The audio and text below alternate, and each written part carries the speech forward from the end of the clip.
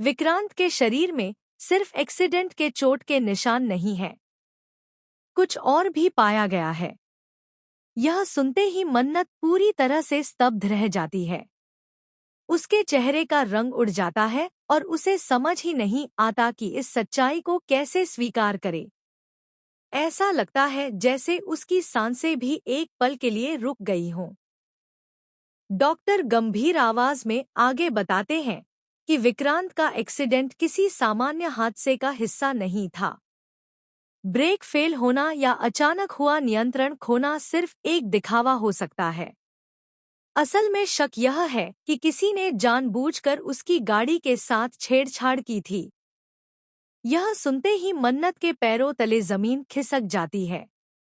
उसका दिल जोर जोर से धड़कने लगता है और दिमाग में बस एक ही सवाल घूमता है, क्या यह सिर्फ एक हादसा था या किसी गहरी और खतरनाक साजिश का हिस्सा? लेकिन असली झटका अभी बाकी था। पुलिस की जांच में एक ऐसा खुलासा होता है जो पूरी कहानी को ही पलट देता है। जिस दिन विक्रांत का एक्सीडेंट हुआ था, उससे ठीक पहले वह किसी से मिलने गया था। और वह इंसान कोई बाहरी नहीं, बल्कि उसके बेहद करीब था, इतना करीब कि उस पर शक करना लगभग नामुमकिन लगता है। यह सुनते ही मन्नत अंदर तक हिल जाती है। उसके दिल में डर और शक दोनों एक साथ घर कर लेते हैं। धीरे धीरे उसे एहसास होने लगता है कि इस हादसे के पीछे किसी अपने का ही हाथ हो सकता है। उधर आईसीयू का माहौल और भी भारी होता जा रहा था। मशीनों की बीप, डॉक्टरों की तेज आवाजें और लगातार बदलते हालात, सब कुछ बेहद डरावना बन चुका था। डॉक्टर साफ कह देते हैं कि अगले 24 घंटे विक्रांत के लिए सबसे अहम हैं। या तो वह होश में आएगा या फिर कहानी यहीं खत्म हो सकती है। मन्नत पूरी रात आईसीयू के बाहर बैठी रहती है। उसकी आंखें लगातार रोने से सूज चुकी होती हैं, लेकिन वह एक पल के लिए भी वहां से नहीं हटती। उसकी पूरी दुनिया अब सिर्फ एक दरवाजे के पीछे बंद थी। हर बीप के साथ उसका दिल टूटता जा रहा था। वह बस एक ही चीज मांग रही थी, विक्रांत की जिंदगी, उसकी सांसें, उसकी आवाज, उसका साथ। और तभी अचानक आईसीयू का दरवाजा खुलता है। डॉक्टर बाहर आते हैं और कहते हैं उसने रिस्पॉन्ड किया है।